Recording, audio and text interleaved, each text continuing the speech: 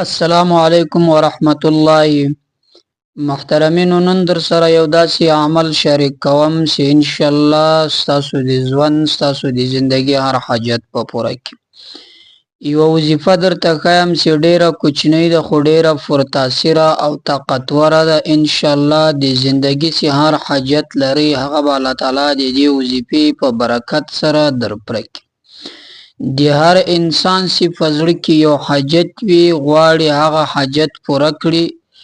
د هغه لپاره نن یوه داسې بهترینه وظیفه د ده په خدمت کې پیش کوم. دوستانو، دا وظیفه په یو ځل کولو سره به الله پاک جل جلاله د دې وظیفې په برکت سره ستاسو حاجت ستاسو مقصد در پوره کړي. یعنی هغه مقصد هغه حاجت چې هر قسم ته وي خو چې جائز وي ان شاء الله پوره کیږي به. که تاسو د رښتې حاجت په زړه کې لرئ، که تاسو د خپلې خوښۍ د نکاح کولو حاجت په زړه کې لرئ، که تاسو یو حاجت لرئ په زړه کې هغه داسې د بل کس و زړه ته خپل محبت واچوئ، یو انسان د ځان محبوب جوړول غواړئ او د هغه زړه ګټل غواړئ، د هغه په زړه کې ځای پیدا کول غواړئ، د دې محبت هم د پوره کولو لپاره دا یو بهترین او طاقتور عمل ده. یو بل داسې حاجت وي چې د خاوند او د ښځې په مابینځ کې مینه او محبت پیدا کېدلو لپاره وي.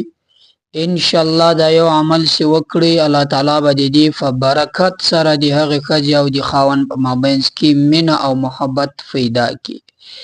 یا د یو انسان په زړه کې داسې حاجت وي چې اولاد یې نه وي، غواړي چې الله پاک جل جلاله یې د اولاد په تحفه باندې ونازوي. یا اولاد وي خو اولاد یې داسې وي چې مثلا نافرمان وي او دی غواړي چې الله تعالی یې د فرمانبرداره د دوی جوړ کړي. هم ان شاء الله دغه وظیفه به د دې په باب باندې بهترین او مثبت رزلټ درته ورکړي. یا دا وظیفه یو انسان د دې لپاره وکړي چې الله تعالی ښه نوکري ورکړي، پریشان وي دی او د نوکري په لټه چې وي، په ښه کاروبار پسې ګرځي. یا یو انسان غواړي چې الله تعالی رزق ورکړي یا رزق یې ورکړی وي خو په هغه کې برکت الله تعالی ورته واچوي. ان شاء الله دا یو عمل دی وکړي.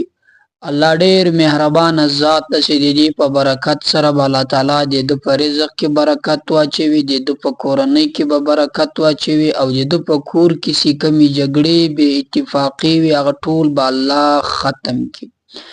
یا یو ښځه ده مثلا خاوند یې نه پیدا کیږي، مثلا نکاح یې نه وي، قلم یې نه خلاصیږي، هغه هم دا وظیفه کولی شي.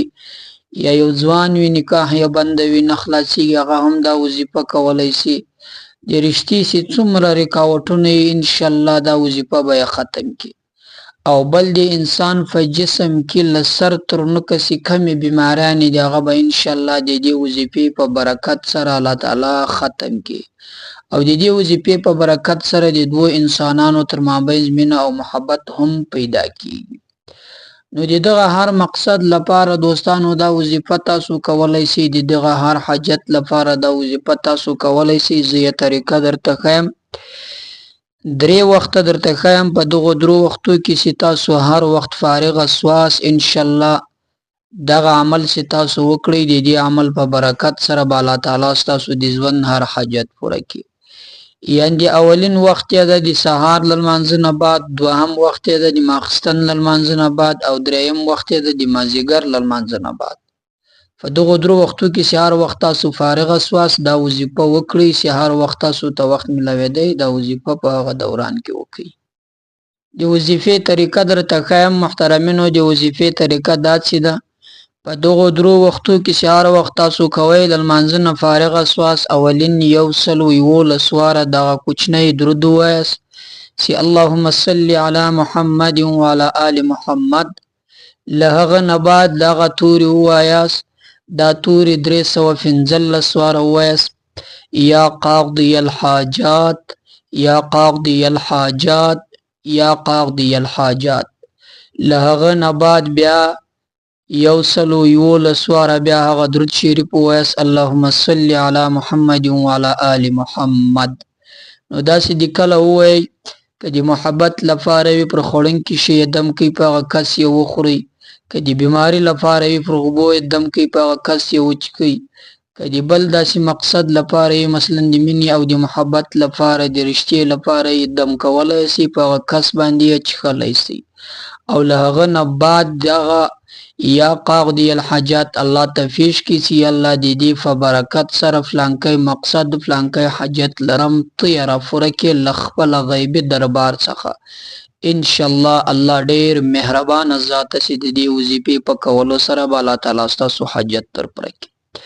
نو دا وظیفه و دوستانو چې ډېره کوچنۍ وظیفه ده یا قاضي الحاجات، خپله هم دا وظیفه وکړئ په پابندي سره، په یقین سره، په کامل یقین سره، او له نورو ملګرو سره هم شریکه کړئ، پر دغه طریقه باندې وکړئ.